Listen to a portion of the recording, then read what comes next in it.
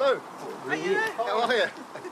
Straight into campaigning for the next by-election, expected before the end of the year in mid-Bedfordshire.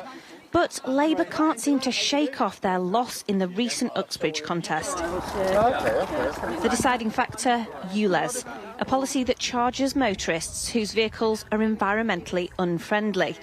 It has plunged the party into a standoff between the leader and the London mayor. I don't think there's any doubt that ULEZ was the reason that we lost the by-election in Uxbridge.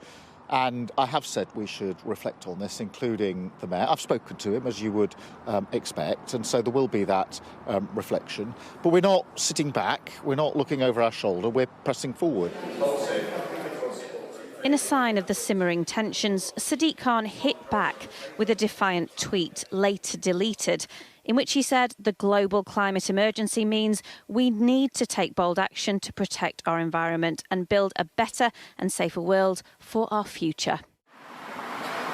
It's also prompted both parties to ask, should they ditch the green agenda as we head towards a general election?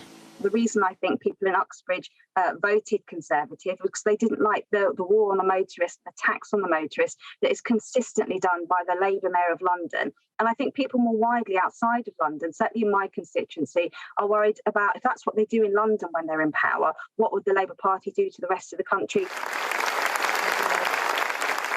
Labour's big hitters are here in Nottingham today, putting together their policy platform for the next general election.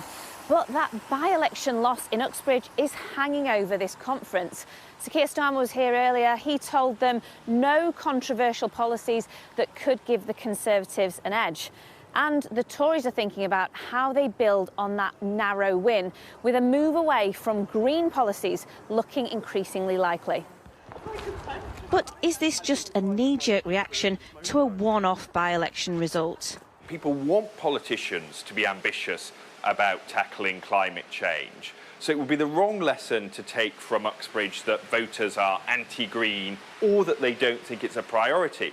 In fact, what happened in Uxbridge was something much more simple. This was a policy coming in during a cost of living crisis. On the doorstep, all smiles, but tension behind the scenes, as both sides in British politics put power ahead of policy. Liz Bates, Sky News, Nottingham.